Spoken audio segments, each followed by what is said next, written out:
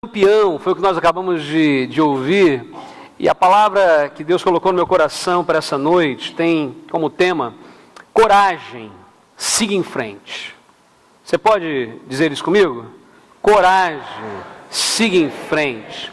Eu não sei se você já passou por algum momento na sua vida aonde você estava pensando em desistir, aonde a história parecia que não ia dar certo, seja um trabalho, seja uma proposta de estudo, seja faculdade, seja o seu casamento, e parecia que não tinha jeito, e alguém chegou para você e disse assim: coragem, siga em frente. Essa é uma palavra que nós podemos dizer uns aos outros, e a Bíblia nos fala para nós estimularmos uns aos outros, amém. Mas essa palavra de hoje vem de Deus para nós, dizendo o seguinte para nós: coragem, siga em frente. Não é hora de parar, não é hora de se acomodar, não é hora de se entregar, porque o Senhor está contigo. Então nós vamos ler a palavra de Deus em Hebreus, capítulo 10, versículos de 19 a 25. Hebreus, capítulo 10, versículos de 19 a 25.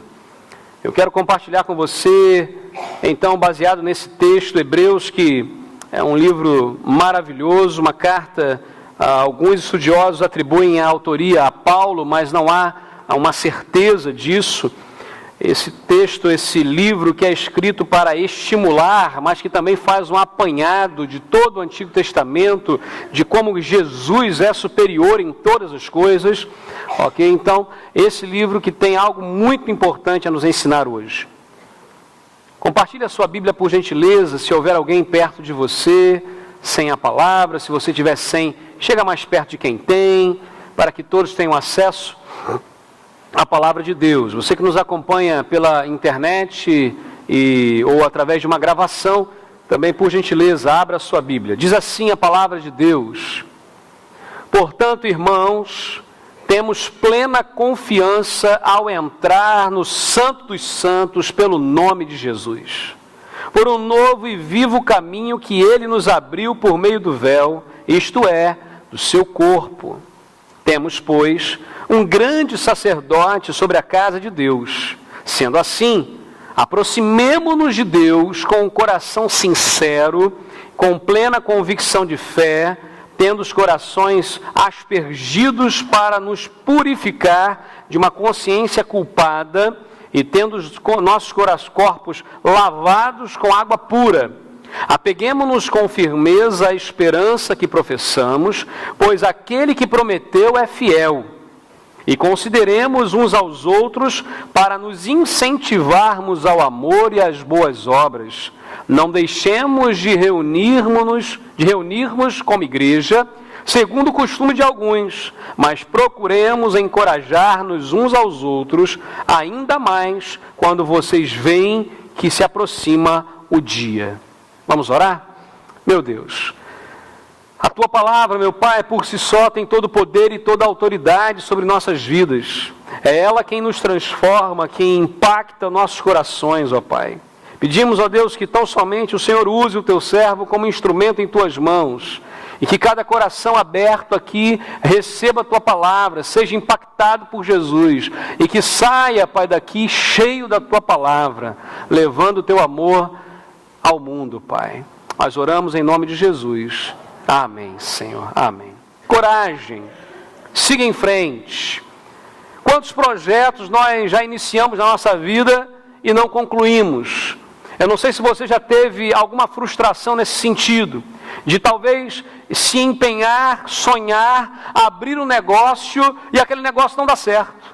E você talvez vá à falência ou perca muito dinheiro naquilo. Eu não sei se você já parou assim: bom, eu vou fazer um curso, uma faculdade. Você se esforça e começa a estudar, mas logo depois você desiste daquilo. E aí você não se forma e não consegue chegar ao final e fica frustrado por isso. Eu não sei se você já teve propósitos como os mais diversos, mais questões grandes e pequenas, mas que você não conseguiu concluir, porque talvez no meio dessa caminhada, no meio da sua trilha para chegar lá, você desistiu. você ficou desencorajado, você ficou fraco, você se enfraqueceu, você se aborreceu. Coisas que aconteceram tiraram você da direção. Qual é a sensação que dá? Frustração. Ficamos mal. Tem gente que entra em depressão. Tem gente que começa a não querer mais sonhar, não ousa mais abrir outro negócio, não ousa mais fazer um outro curso, não ousa mais dar um passo à frente no seu casamento. Certamente não é uma situação confortável. Na vida cristã como um todo, nós vivemos assim. A fé, muitas vezes, ela nos impulsiona e nós puxamos para trás, pensamos em desistir, mas a Bíblia vem e diz para a gente: tenha coragem, siga em frente. Ricardo Gondim, ele fala sobre perseverança e a despeito daquilo que ele tem passado ultimamente. Ele escreveu um texto em 2006 que marcou muito a minha vida, e um texto que eu fiz questão de transcrever, de guardar comigo. Diz assim: não quero me sentar à roda de nihilistas, ou seja, pessoas que pensam em nada ou que têm nada como propósito, na roda de nihilistas rancorosos, sem conseguir expressar generosidade, doçura ou misericórdia. Quero manter-me teimoso com os meus sonhos, sem atrofiar o meu coração. Concordo com a afirmação do poeta hindu de que toda criança nascida é um recado de que Deus ainda crê na humanidade. Contudo, não tento pintar meu mundo com cores de ilusão. Não consinto com frases de efeito, nem me deixo ludibriar com promessas irresponsáveis. Não pretendo desistir. Continuo sonhando com um outro mundo possível, e por ele vou orar e trabalhar até meu último suspiro. Texto muito interessante.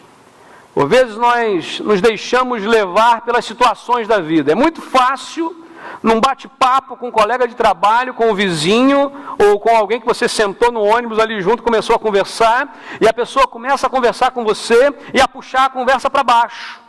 No sentido de que, o país está assim, não tem mais jeito, o mundo está assim, não tem mais jeito, a família está assim, não tem mais jeito. E nós muitas vezes entramos nessa canoa furada, me perdoem a expressão, e vamos, é verdade, não tem mais jeito. Esse mundo não tem mais jeito, esse Brasil, a corrupção, isso e aquilo. Quando na verdade Deus nos chamou para termos um discurso diferente. Enquanto as pessoas vão trabalhar e vão falar e as coisas vão tender a ir para baixo, nós temos uma ascendente a dizer. Nós temos a dizer o seguinte: olha, isso pode ser verdade, mas Deus tem a solução. Eu aprendi há muito tempo atrás de que a melhor forma de você evangelizar não é decorar nenhum método.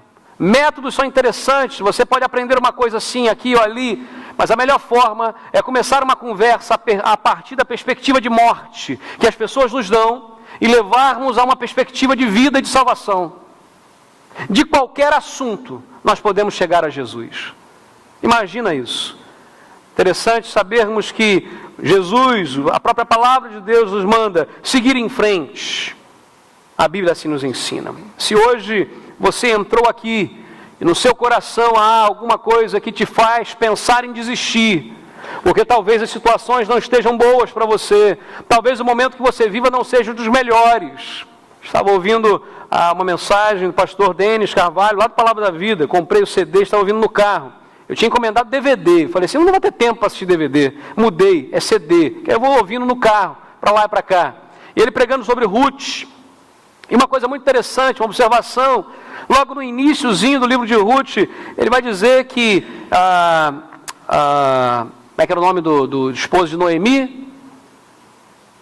Elimeleque.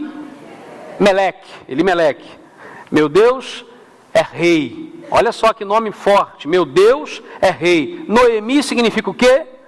Doçura. Então, na época dos juízes, onde o povo ficava na presença de Deus, longe de Deus. Na presença de Deus, longe de Deus. Na presença de Deus, longe de Deus. 300 anos. Em um dado momento nasce Elimeleque e nasce Noemi. Provavelmente no momento de grande presença de Deus, porque o pai dá o nome do filho de meu Deus é rei. O outro pega a menina e diz, doçura. No entanto, os filhos de Elimeleque e Noemi se chamam Malom e Quilion. Sabe o que significa? Malom, doente. Quilion, morte. Interessante. Provavelmente, quando esses meninos nasceram, o povo estava longe de Deus e a perspectiva que eles tinham era de doença e de morte. Qual é a nossa perspectiva da vida? Qual é o momento que nós estamos vivendo? Nós estamos vivendo um momento em que vamos dar o nome de doçura de Elimeleque, ou estamos vivendo um momento que vamos dar o nome de Malom e de Quilion, talvez? Ah, pastor, o senhor não sabe o que eu estou passando. O senhor não tem nem ideia do que eu tenho vivido. Realmente, talvez não tenha. Mas sabe de alguém que tem? O Senhor Jesus. Deus sabe o que você está passando, porque se Ele é soberano e se você crê nisso, nada do que está acontecendo na sua vida é por acaso. Deus não tem prazer no nosso sofrimento? Claro que não. Pelo contrário, uma teologia talvez do sofrimento nós podemos construir a partir da vida e da experiência de Jó. Quando Deus chama Satanás e mostra para ele, ah, meu servo Jó, homem fiel. E depois de tudo que ele passa, ele ainda honra o nome do Senhor. Uma das frases mais marcantes para mim naquele livro é quando ele diz assim, eu nu saí do ventre da minha mãe e nu voltarei. Louvado seja o nome do Senhor. Louvado seja. O que nós temos nessa vida? O que nós carregaremos dessa vida? Absolutamente nada. Riquezas materiais não entrarão no céu. Ouro, prata, roupa bonita. Não, aqui nós temos isso. Aqui nós temos alguns sonhos, e que não é pecado ter sonhos assim. Ter uma casa melhor, um emprego melhor, uma casa, um carro melhor, uma roupa. Não é pecado, não é errado. O errado é colocar isso como objetivo da própria vida. Quando nós olhamos para a vida e vemos que há momentos que passamos de sofrimento, de perdas, de coisas que nós beiramos a blasfêmia por vezes. E há momentos que nós passamos de vitória, de vencedores. E aí, como é que nós nos comportamos nessas duas dimensões? Porque há pessoas que não sabem se comportar como sofredores. E há pessoas que não sabem se comportar como vencedores. Paulo vai dizer assim, eu aprendi o quê? A viver com muito e com pouco, com fome e com fartura. Eu aprendi a viver dessa forma.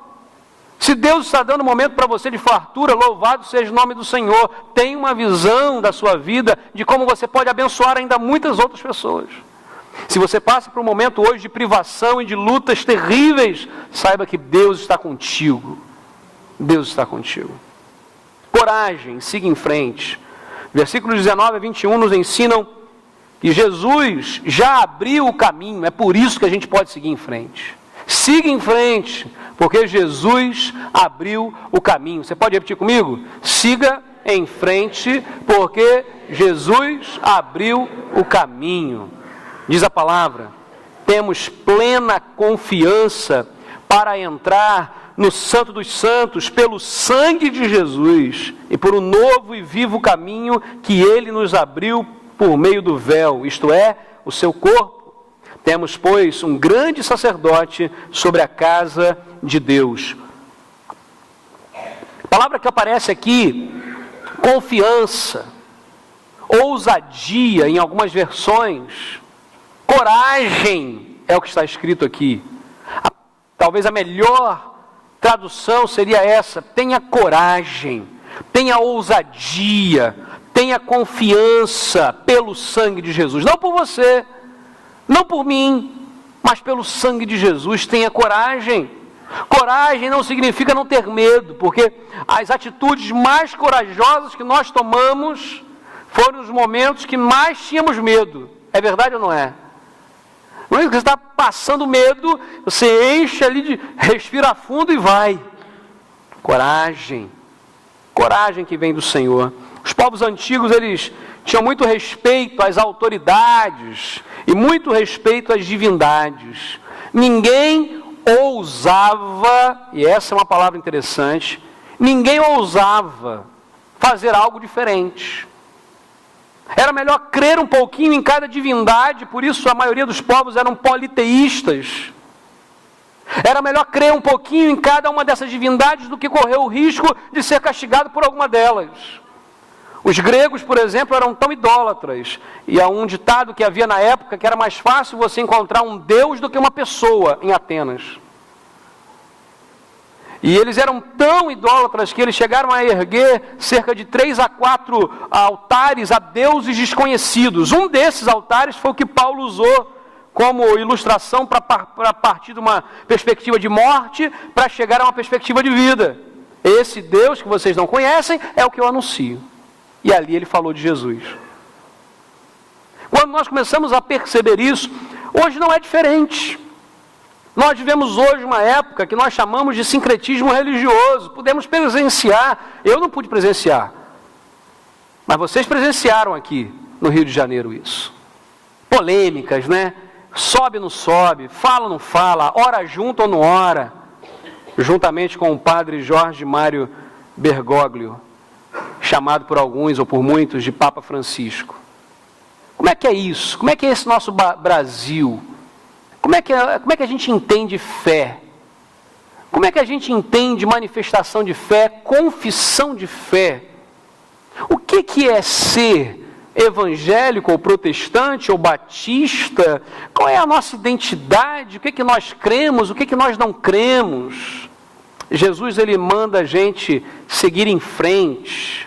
A palavra de Deus nos fala para irmos adiante. E aí a Bíblia fala, entrar no Santo dos Santos. Sabe qual é essa expressão? E aí Hebreus é um livro que constantemente vai nos remeter ao Velho Testamento, ao Antigo Testamento. Ele sempre vai fazer isso. E ele vai dizer o seguinte, entra no Santo dos Santos. O que significa isso? Entra na presença de Deus. Nós precisamos ter aqui em mente a divisão de como é que era feita o tabernáculo e depois o templo. Aliás, há um belo estudo, uma bela palavra sobre a diferença entre tabernáculo e templo, não é? Mas vamos nos deter aqui às divisões. Havia o pátio externo, havia o lugar ali onde os homens poderiam ficar, havia um lugar chamado lugar santo, onde os sacerdotes poderiam entrar. Mas havia um lugar chamado Santo dos Santos, ou Santíssimo Lugar, aonde ali ficava a Arca do Tesouro, ali ficavam os querubins, ali ficava a tampa da arca, chamada de propiciatório. Por isso que Jesus faz a propiciação dos nossos pecados, porque o nome da tampa, aonde jogava o sangue do cordeiro, era chamado de propiciatório. E ali só entrava o sumo sacerdote uma vez ao ano, com uma roupa bem interessante. Na barra da roupa tinha romães e sinos. E alguns estudiosos vão dizer, e a corda, ele andava com uma corda amarrada na cintura, porque ele entrava chutando a barra da veste, para que fizesse barulho. Porque à medida que ele ia entrando e fazendo barulho, eles sabiam que estava vivo. Porque se Deus consumisse por causa do pecado, ele morria fulminado, e eles puxavam a corda para fora. Só pode entrar no Santo dos Santos aquele que está com o seu coração puro, confessado os pecados diante de Deus. O sacerdote pegava o bode, que chamava de um bode para expiação do pecado. Se você lê em Levítico, em Deuteronômio, né, você vai ter muito essa expressão, um bode para expiação do pecado. Eles tinham a ideia do seguinte, pegavam o bode e confessavam no ouvido do bode o pecado do povo. E naquela confissão ao bode, havia a ideia de que ele estava transferindo ao bode o pecado do povo. E esse bode era levado para fora do arraial, e lá ele ia para morrer. E depois, chegando lá dentro, pegava o sangue do cordeiro, espalhava por cima da tampa do propiciatório, e o fogo de Deus descia e consumia, e ali estavam perdoados os pecados. Como é que a gente entra na presença de Deus? Como é que o texto está dizendo para a gente, entra no Santo dos Santos, entra na presença de Deus? Como? O véu foi rasgado. O véu que separava no lugar santo do Santíssimo Lugar foi rasgado quando Jesus morreu na cruz. O preço está pago, o caminho para chegar a Deus é Jesus, não há outro, não há outra forma, não há outro caminho. O único que religa o homem a Deus é Jesus Cristo. A ponte de fé para chegarmos a Deus é Jesus Cristo. O único pontífice é Jesus Cristo, não há outro. A Bíblia nos fala, consagrou. A palavra consagrar aqui significa abrir, inaugurar. Inaugurar. Essa palavra é usada na Septuaginta, que é a tradução grega do Antigo Testamento hebraico, quando o templo foi inaugurado. E o templo foi inaugurado. Então é essa palavra que aparece. Jesus está dizendo o seguinte: você foi inaugurado. Você é templo de Deus. Você é templo do Espírito Santo. O Espírito Santo de Deus agora habita em nós, habita em nosso coração. Nós somos a morada de Deus. E ele vai dizer, por um novo e vivo caminho. A palavra novo aqui não é só alguma coisa que você compra nova e abre. A ideia do sentido original ali da palavra é algo que não pode envelhecer. É algo novo e sempre novo. Não há como envelhecer. Por quê? Porque quem abriu esse caminho foi Jesus. Foi Jesus. E é vivo. A ideia de vida aqui é a ideia de relacionamento. Jesus, ele se relaciona com a gente. Jesus sabe quem nós somos, sabe o que nós estamos passando. É por isso que ele diz assim: coragem. Coragem, siga em frente, eu estou contigo. Às vezes a gente não crê e desiste, mas a Bíblia nos ensina: coragem, não desista. Jesus já abriu o caminho, o véu do templo já foi rasgado, você já tem acesso direto ao Pai, em nome de Jesus. Segundo lugar, coragem, siga em frente, pois a garantia é certa. Você pode repetir comigo? A garantia é certa. Versículos 22 e 23. Sendo assim, aproximemo-nos de Deus com um coração sincero e com plena convicção de fé, tendo os corações aspergidos para nos purificar de uma consciência culpada. Percebam toda a analogia que está sendo feita ao ritual lá do Levítico, do sacerdote. E tendo os nossos corpos lavados com água pura, o sacerdote precisava fazer oblações, ou seja, se lavar antes de fazer aquilo. Apeguemo-nos com firmeza à esperança que professamos, pois aquele que prometeu é fiel. Não sei se você já recebeu alguma promessa e furaram com você. Talvez um calote, talvez uma promessa não cumprida. Tinha um grande tio, né? Ele é irmão do meu pai. Meu pai tem 11 irmãos, né? Minha mãe tem 10. Então, de primo de primeiro grau, você imagina quantos são, né? Meu tio Manuel, ele veio a falecer no ano de 2008, 2006. Foi o primeiro ano que eu estava em Cachoeira. Ele era pastor, trabalhava com criança, tinha um ministério até como palhaço, ia em várias igrejas, e muito bacana. Um tio que me marcou porque todas as vezes que tinha algum evento especial na minha vida, ele esteve presente. Nas minhas formaturas, nas posses, em todo lugar importante ele estava lá. E ele foi atropelado e morreu de uma forma assim muito, muito ruim. Mas uma coisa que eu me lembro é quando eu era muito pequenininho, o meu tio me prometeu uma coisa: se você deixar a chupeta, eu te levo na casa da vovó. E minha avó e meu avô moravam na fazenda, lá em Bom Jesus, Tabapuana, naquela região ali. E qual criança não gostava de ir para a fazenda, né? E andar a cavalo, e comer fruta, aquela coisa toda e tal. Gostava muito. Bom, minha mãe diz que naquela noite eu não peguei chupeta. E nunca mais peguei. Sabe quando meu tio me levou na casa da minha avó? Nunca. Eu cobrava isso, e no dia do sepultamento, meio a lágrimas, eu contei essa história e falei assim: eu ainda vou cobrar dele. Deixa ele chegar lá no céu para você ver só. A gente chega lá, ó, você não cumpriu sua promessa. Então mesmo aqueles que são salvos por Jesus e são bons de coração, quebram promessas. E não prometo uma coisa a uma criança, porque eu esqueço quando adulto, mas como criança, jamais.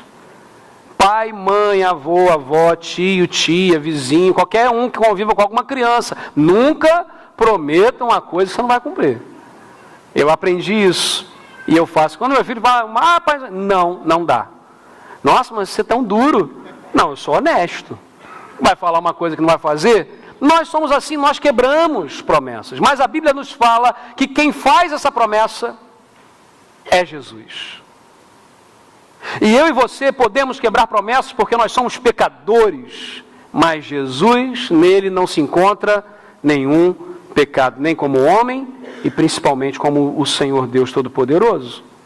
Ele, que estava na sua glória, imagina quando chegarmos lá e virmos contemplarmos toda a glória do Senhor, porque Paulo diz que nós vemos como um espelho, mas então veremos face a face. Imagina tudo isso e ele se esvazia para viver entre nós, como homem, sendo Deus. A Bíblia fala, aproxime-se, ou seja, sendo assim, aproximemo-nos de Deus. Aproximar aqui é chegar perto.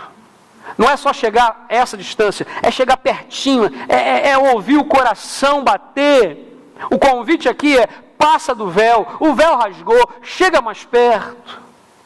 A gente fica criando o véu, tem gente costurando o véu que Jesus já rasgou. A gente fica criando rituais, a gente fica criando formas complicadas, complexas.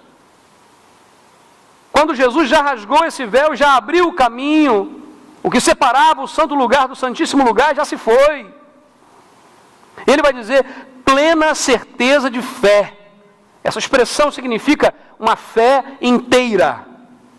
Uma fé inteira, sem dobra, sem ruga, sem mancha, sem dúvida. Quem é que de nós compra uma roupa nova, bonita, paga caro pela roupa e chega em casa, mãe, faz um remendo aqui para mim nessa roupa nova? Ninguém faz isso. Ninguém faz isso. Aliás, remendo é uma coisa do passado, né? Que hoje em dia acho que ninguém mais faz remendo, né? Hoje as pessoas estão muito metidas, né? Então hoje em dia não, vai lá na igreja, que é a igreja da roupa. É mais fácil, sabia? Eu me lembro de minha mãe fazendo remendo no meu short, calça comprida. Quando eu era criança, era moda, né? Crianças, né? Também usarem calça comprida ainda, né? E olha que não tem muito tempo isso. Foi ontem esse negócio. E lá na igreja do Lins tinha um terraço, e naquela época a visão de culto infantil, viu, Ana? Era terrível, porque eles não tinham a visão do culto infantil como sendo um investimento na vida da criança, de pregar o evangelho e de tratar a criança na linguagem dela para chegar perto de Deus. Não era essa a visão que se tem hoje. A visão era, vamos tirar as crianças daqui para não atrapalhar o culto. E aí o que acontecia? A igreja quando enchia, o pastor falava assim, irmã Nina, que era a minha professora, que já está na glória também, o povo está indo, ó. Está na glória lá. A Nina ia lá e falava, chegava aquele monte de criança, levava para o terraço da igreja. O que a gente ficava fazendo? Correndo. Corria, e todo domingo era uma calça furada. Eu caía e já olhava assim, eu acho que eu tenho um problema em algum dos joelhos, porque sempre um joelho furava, o outro não. Eu caía, aí já olhava assim, aquele furinho. Chegava em casa, ó, um diálogo bem materno, né? Assim. E aí, o que acontecia? Minha mãe não tinha, meu pai não tinha como ficar comprando, fazia o quê? Um remendo. Era vergonhoso. Ir com remendo era vergonhoso. Aí ficava, aquela coisa andava quase que assim, né? O que foi? Nada não. É horrível. Plena certeza. A Bíblia está dizendo, você não precisa andar com remendo. Você não precisa andar com vergonha. Você não precisa andar como se você tivesse agora a sua roupa rasgada. Não. Entre com plena certeza, com fé verdadeira, com fé sincera e tenha esperança. A palavra esperança aqui nos traz a ideia de avançar, nunca desistir, mas de avançar. Se você lê as cartas às igrejas da Ásia, que estão lá em Apocalipse, leia com atenção as cartas a Esmirna e Filadélfia. A esperança é o que nos move. Momento de sofrimento, Esmirna, a mais pobre de todas, a mais sofrida, mas a única que não tem o porém. Porque todas as igrejas da Ásia tinham lá, Ah, você é isso, você é aquilo, porém tenho contra ti. E falava. Esmirna não tem. E era a que mais sofria. Coragem, porque a garantia é certa. A garantia quem dá é Jesus. A promessa ainda está valendo. A garantia não se esgota. Aparelhos eletrônicos e tantas outras coisas que nós temos, tem garantia. É limitado. Outro dia eu estava passando lá no aeroporto, lá em Brasília. Passei, o cara falando assim, ah, essa mala aqui, a mala custava uns R$2.000. Eu olhei a mala, cheguei a passar de lado, assim, né? Aí eu falei assim, não, mas tem garantia de 10 anos. 10 anos de garantia. Tem mala até que tem garantia vitalícia, né? Alguns fazem. Eu tenho uma mochila lá que a mulher disse que era vitalícia. Eu quero ver na hora de trocar se vai ser vitalícia mesmo. Mas, não, mas a garantia não cobre quando o zíper arrebenta. Não adianta. A garantia que a gente dá é uma garantia falha. A garantia que Deus dá, ela é eterna. Terceiro e último lugar, coragem, siga em frente. Considere as pessoas ao seu redor. Vamos repetir isso? Considere as pessoas ao seu redor. Olha só o que diz o versículo 24 e o versículo 25. E consideremos uns aos outros para nos incentivarmos em amor e as boas obras. Não deixemos de reunir-nos como igreja, como o costume de alguns, mas procuremos encorajar-nos uns aos outros, ainda mais quando vocês veem que se aproxima o dia. Eu não sei se você na leitura observou, eu vou reler aqui os versículos 22, 23, depois o 24 para a gente começar aqui. 22 fala assim: sendo assim, aproximemo-nos de Deus com um coração sincero e com plena convicção de fé. Guarda essa palavra, fé. Fé. Tendo os corações aspergidos e tal. Versículo 23. Apeguemo-nos com firmeza à esperança que professamos, pois aquele que prometeu é fiel. Fé, esperança. Versículo 24. E consideremos uns aos outros para nos incentivarmos ao amor. Fé, esperança e amor. E aí eu me lembrei, 1 Coríntios capítulo 13, versículo 13. Assim permanecem agora essas três coisas: a fé, a esperança e o amor. O maior deles, porém, é o amor. Olha só que coisa interessante. O amor aqui não é o amor a si mesmo. O amor aqui é um amor relacional. Relacional. Estimularmos ao amor e às boas obras. Aqui está falando de uma santa concorrência. Por quê? Não é uma competição para saber quem é mais santo. Porque normalmente quando a gente pensa em concorrência, a gente pensa logo assim, bom, eu vou ser mais santo. Eu vou ser mais santo. Eu sou tão santo que eu não podia nem estar aqui na mesma semana do Papa, senão o Rio ia ser. Você percebeu como é que é diferente? O que a Bíblia está dizendo é, quem ganha essa competição é quem faz o outro se tornar mais santo do que ele é. A ideia é o contrário.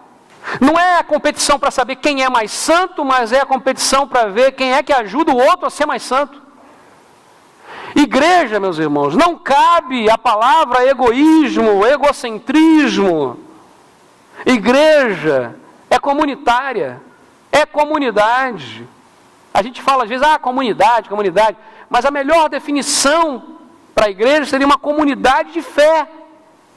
Comunidade de fé, porque a fé não é minha, são somente, por vezes, se nós não estivermos em comunidade, nós desanimaremos.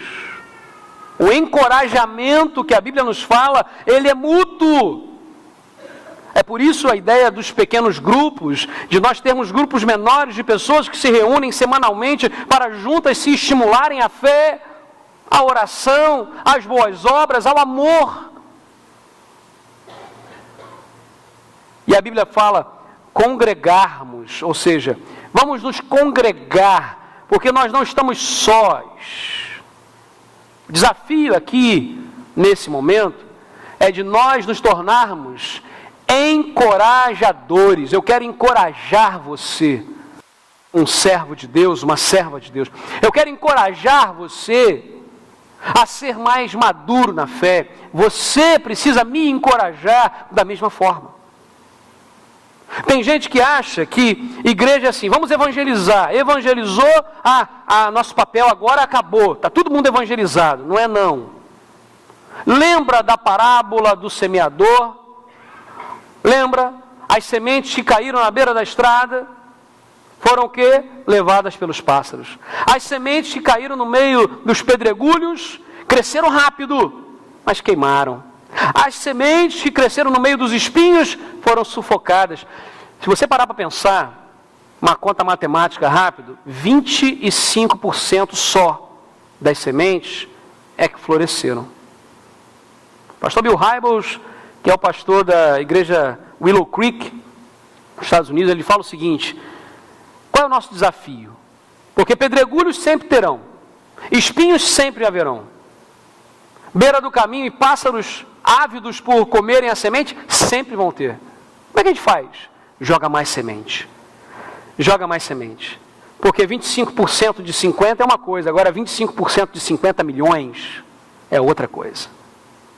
Quantas sementes nós temos jogado? O que tem germinado? O que tem gerado? É hora de nós nos congregarmos, nos encorajarmos, de trazermos juntos a mensagem do Senhor. Todos nós estamos sujeitos a desanimar. Talvez você fale assim, não, eu sou maduro na fé, eu já vivi muito na fé. Todos estamos sujeitos a desanimar. Quer ver um sujeito que a gente pensa assim, esse não vai desanimar? João Batista. João Batista lá no deserto, cara esquisito, né? Se vestia de forma esquisita, comia coisa esquisita, e estava lá, e chegavam os governantes poderosos, ele falava mesmo, mandava mensagem, não queria nem saber, homem corajoso. Esse homem é preso. Em um dado momento, ele fala assim para os seus discípulos, vão lá, pergunta para aquele nazareno, se ele é mesmo o Messias ou se eu tenho que esperar outro. Parou para imaginar? Ele cansou. Vai dizer que você não cansa? Vai dizer que não tem momentos que você cansa, que não dá vontade de chutar o balde e falar assim, não quero mais saber de nada? Vai dizer que não tem? Tem. Uma coisa que eu aprendi essa semana com o pastor Darcy Borovski, lá da Igreja Batista Vila Mariana, que estava no Palavra da Vida, ele fez uma diferenciação entre lamentação e reclamação. Ele fala o seguinte, reclamar a gente não pode. Deus não aceita reclamação, mas Ele aceita lamentação. E tanto é que Ele fala, venha e traga os seus lamentos para mim. Lamentar é você falar, é como Elias ali naquele momento na caverna, Senhor, eu sou fiel, eu fui lá, lutei com os sacerdotes, lá com as sacerdotisas de Asherá e de Baal, eu fiz tudo isso, eu fui fiel, e olha só que eu ganhei uma perseguição, querem cortar minha cabeça fora. Isso é lamentação. Deus ouve, e Deus mostra o seu poder. E Deus mostrou o seu poder, não foi no fogo que passou, não foi no terremoto, Deus mostrou o seu poder numa brisa suave que passou. E aí depois disso tudo, alimentando ele comeu, andou 40 dias, fez um monte de coisa. O que ele fez depois? Senhor, voltou a se lamentar, e Deus falou, tudo bem. Volta Hazael como rei da Síria, faz isso, faz aquilo outro, vai. Deus, Ele anima, Ele fala assim, eu tenho um propósito para a sua vida. A sua vida não é pequenininha, igual você está me imaginando. Eu tenho algo maior para você. Coragem, siga em frente, eu estou contigo. É isso que a palavra está nos ensinando. A Bíblia nos fala em Deuteronômio capítulo 31, versículo 6. Sejam fortes e corajosos, não se assustem, não tenham medo deles, pois é o Senhor nosso Deus quem irá com vocês. Ele não os deixará, nem abandonará. Louvado seja o nome do Senhor. Viva com Jesus, tenha coragem, siga em frente, decida hoje que não vai desistir. Eu não sei se você entrou aqui com a sua cabeça com alguma decisão tomada, se você já tem tomado decisões na sua vida, baseado naquilo que você sente, naquilo que você pensa, nas suas mazelas, talvez como Elimeleque, quase que eu falei Eliabe, Elimeleque e Noemi, que tomaram a decisão de colocar o nome dos filhos de Malom e Quilion. Que decisão mais errada, que decisão mais esquisita. Talvez você esteja aqui hoje com a decisão de acordo com as circunstâncias da vida, mas eu quero desafiar e encorajar você a tomar decisões baseado naquilo que a Bíblia nos ensina. Baseado naquilo que a palavra de Deus diz. Fazei prova de mim, diz a Bíblia. Não é só com relação a dízimo, não, com relação à vida. Fazei prova de mim. Que a sua coragem venha de Deus. Jesus, Ele abriu o caminho para o céu. É Ele quem garante esse caminho.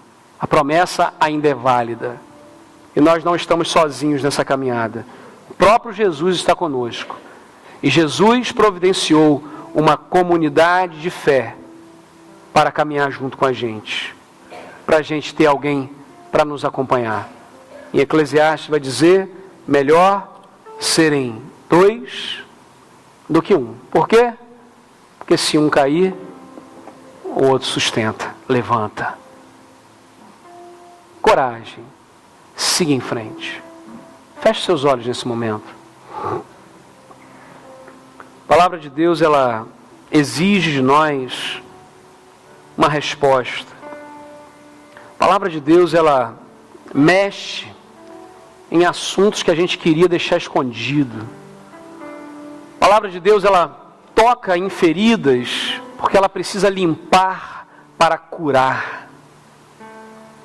E eu não sei qual é a sua experiência hoje, agora com o Senhor. Eu não sei o que você está vivendo, mas Deus sabe. E se há decisões importantes na sua vida, você precisa tomar, mas você estava se sentindo desencorajado. Eu quero encorajar você em nome de Jesus. Eu quero desafiar você a seguir em frente, porque o Senhor está contigo. Se você está aqui e ainda não entregou a vida a Jesus, primeiro passo, entrega a sua vida a Jesus. Tenha coragem. Só os corajosos fazem isso. E você hoje pode ser um corajoso também. Eu não sei se há alguém aqui que ainda não entregou a vida a Jesus. Eu queria orar pela sua vida. Você quer entregar a sua vida a Jesus agora? Dizer, a minha vida pertence a Jesus. E eu quero seguir em frente, com coragem, com ousadia. Alguém quer entregar a sua vida a Jesus? Levanta a sua mão. Aonde você está? Eu quero orar pela sua vida. Eu quero orar por você. Deus abençoe em nome de Jesus. Há mais alguém? Deus abençoe em nome de Jesus. Se há mais alguém, agora é o momento, em nome de Jesus. Deus abençoe. Deus abençoe. Deus abençoe a vida de vocês. Há mais alguém que está aqui hoje, que ainda não entregou a vida a Jesus, mas hoje diz, não, eu quero ter coragem, eu quero seguir em frente, mas sozinho não dá. Jesus é a força, é a garantia, é o caminho, só Ele. Levanta a sua mão onde você está, eu quero orar pela sua vida. Se há alguém aqui hoje que já é membro dessa igreja, ou de outra igreja evangélica, mas está aqui e enfrenta momentos de dificuldade, eu quero pedir a você agora, coloque-se em pé no seu lugar, dizendo, eu vou seguir em frente. Deus abençoe. Deus abençoe. A senhora que levantou a sua mão também, aceitando a Cristo, levanta ao seu lugar. Deus abençoe. Aonde você está agora?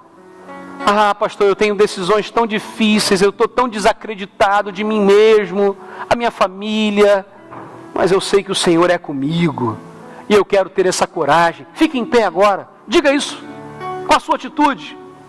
Eu creio que o Senhor está comigo, eu creio que Ele tem algo muito melhor, eu creio que o Senhor já trouxe o melhor para mim. Há uma canção que se canta que diz que o melhor de Deus ainda está por vir, mas eu creio que o melhor de Deus já veio, que é Jesus. Nós já temos o principal, nós já temos o Senhor conosco. Louvado seja o nome de Jesus. Louvado seja o nome de Jesus. Enquanto a canção é tocada aqui ao teclado, feche seus olhos. Eu quero convidar você que está em pé a vir aqui à frente. Eu quero orar por você. Quero orar pela sua vida. Pastor Denilson, por favor, fique aqui comigo. Porque há pessoas que entregaram sua vida também a Jesus. Nós queremos orar pela sua vida, orar pela sua família, pedir a Deus a bênção sobre você. Saia do seu lugar, todos que estão em pé, todos que estão consagrando suas vidas também ao Senhor, vem aqui à frente nesse momento. Deus abençoe, viu? Em nome de Jesus. Tá bom? Deus abençoe. Deus abençoe. Pastor. Deus, Ele é fiel o tempo todo. Deus, Ele conhece nossas limitações. Mas a Bíblia fala, nós podemos com ousadia, em nome de Jesus, chegar no Santo dos Santos, na presença de Deus. Sinceridade de coração. Esse é o momento que nós vivemos. Feche seus olhos agora e vamos orar. Meu Deus, aqui estamos nós, Pai. Temos nossas limitações, temos nossas dificuldades. Por vezes, ó Pai, nós nos empolgamos na fé, mas logo à frente desanimamos, tropeçamos, esfriamos. Mas o Senhor é aquele que está sempre ao nosso lado, Pai. O Senhor disse que iria, mas deixaria o Espírito Santo, aquele que andaria junto de nós, que nos estimularia. E o Senhor mesmo nos convocou, nos chamou para nós sermos os encorajadores, ó Pai. E nós queremos agora nos encorajar um ao outro, meu Deus, em nome de Jesus. Fique firme, permaneça, vamos adiante, siga em frente, coragem. Oh, meu Deus, tenha misericórdia de nós. E, ó Pai, essas pessoas que hoje entregaram a sua vida a Jesus, pessoas queridas, pessoas, ó Deus, que o Senhor ama demais e que nós amamos e queremos abraçá-los, ó Pai, agora como igreja. Meu Deus, que agora eles estejam sentindo o calor do Espírito Santo em seus corações, ó Pai. E que nós possamos discipular, acompanhar cada uma dessas pessoas. Nós oramos, meu Deus, nessa noite e pedimos a Tua bênção. E saímos daqui com o nosso coração feliz, alegre, cheio de esperança e de coragem. E saímos em nome de Jesus. Amém, Senhor. Amém. Que Deus abençoe. Diga isso à pessoa que está do seu lado. Cumprimenta, assim, aperta a mão e diga: Deus te abençoe em nome de Jesus. Nós queremos orar por vocês, pastor. Temos duas pessoas que são dos surdos. Depois, isso. Tá ótimo. Tá ótimo. Você pode voltar então ao seu lugar. Dos nossos irmãos aqui, surdos, se houver alguém que puder acompanhá-los, com o pastor Denilson. Isso. Já fizeram. Deus abençoe. Oh, que bom. Deus abençoe. Deus abençoe. Em nome de Jesus. Amém. Já tem. Pode ir.